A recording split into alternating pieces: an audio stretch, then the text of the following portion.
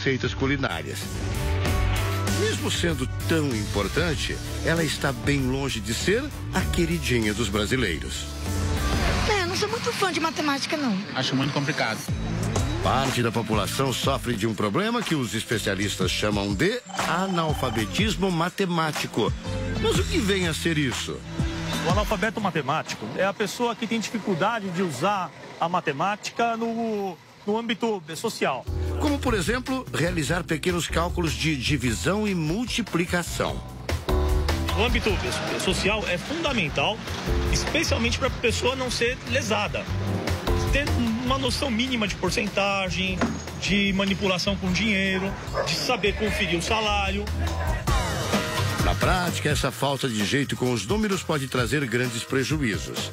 Para os especialistas, o analfabetismo matemático é tão grave e prejudicial quanto o analfabetismo funcional, que é quando a pessoa aprendeu a ler, mas não consegue interpretar um texto. Com a ajuda de um professor de matemática, nós fizemos um teste rápido pelas ruas da maior cidade do Brasil. O desafio era acertar cálculos simples. Será? O primeiro desafio. Você entra em uma loja e escolhe um produto que custa R$80. Dá aquela choradinha e o vendedor decide dar um desconto de 10%. E agora? Você sabe dizer qual vai ser o valor final da sua compra? Por quanto sai? 72. Vai ser R$80 menos 8, que são 72. A resposta está correta. Já quando o assunto é juros do cartão de crédito, quando você estoura seu cartão de crédito em R$1.000 e você paga juros de 14% ao mês, quanto você vai pagar um mês depois? Aí eu tenho que parar e fazer... E fazer a conta? Então, professor de matemática aqui... Você tem ideia, mais ou menos? 14%, acho que eu vou pagar 40, não? Vai pagar bem mais, seu José. 14% de R$1.000 são R$140.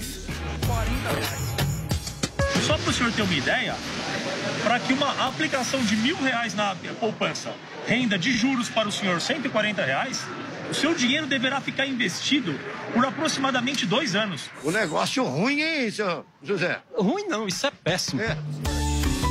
Tá vendo como a matemática pode te ajudar a escapar de enrascadas do dia a dia? Atrapalhar-se com números não é exclusividade dos brasileiros. Recentemente, Diane Abbott, secretária de governo do Reino Unido, se enrolou durante uma entrevista a uma rádio britânica. Ela falava sobre a contratação de 10 mil novos policiais. O apresentador pergunta quanto isso custaria para o governo. Diane responde que as contratações custariam cerca de 300 mil libras. We believe it'll be about £300,000. Rapidamente, o apresentador faz as contas. 300 mil libras para 10 mil policiais. Daria um salário de 30 libras. Cerca de R$120, um valor muito baixo. Surpreso, ele refaz a pergunta. Sorry. How much will they cost? They will... A secretária de governo gagueja, pede desculpas pelo erro e diz que, na verdade, o valor total seria 80 milhões de libras. It will cost about £80 million. A situação parece divertida, mas não é. A falta de habilidade com os números não é um problema que atinge apenas os mais pobres. Está presente em todas as idades e classes sociais. O Ângelo comanda um escritório de advocacia com 18 funcionários. Função importante, exige grande responsabilidade, mas ele assume. Não entende absolutamente nada de matemática.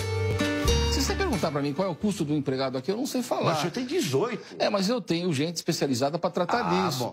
Quem cuida de tudo é o Jorge e o Roberto.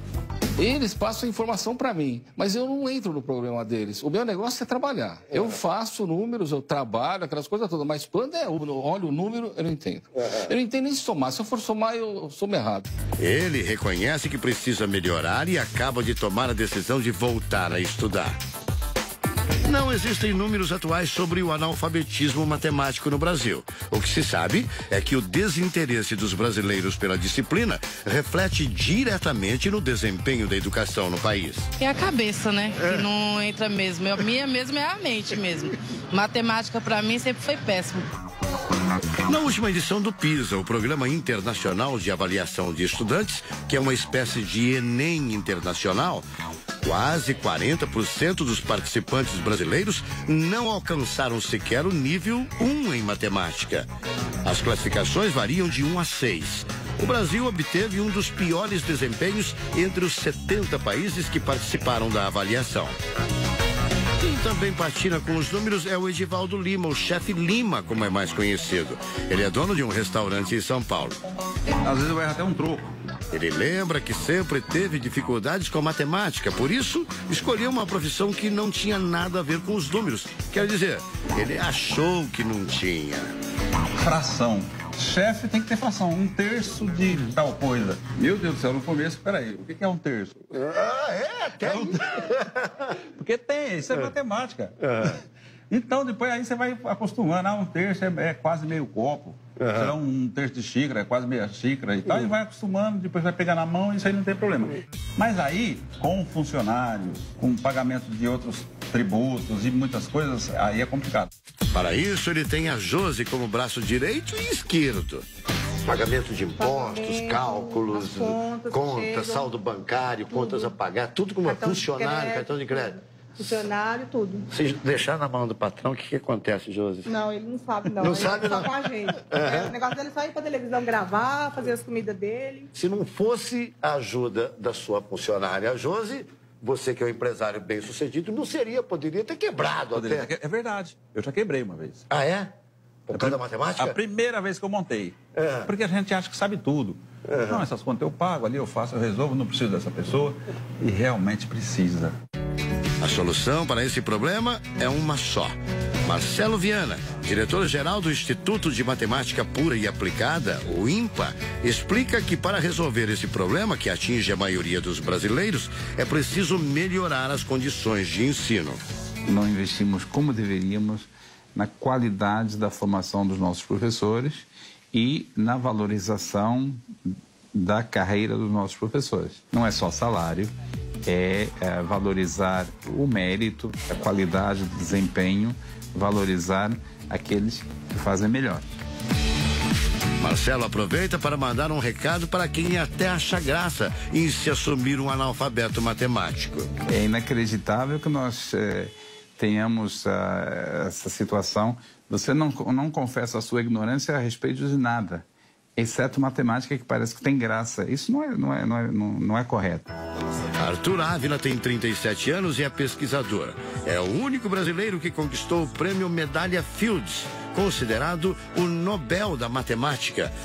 Para ele, essa postura de indiferença em relação aos cálculos causa uma espécie de efeito dominó.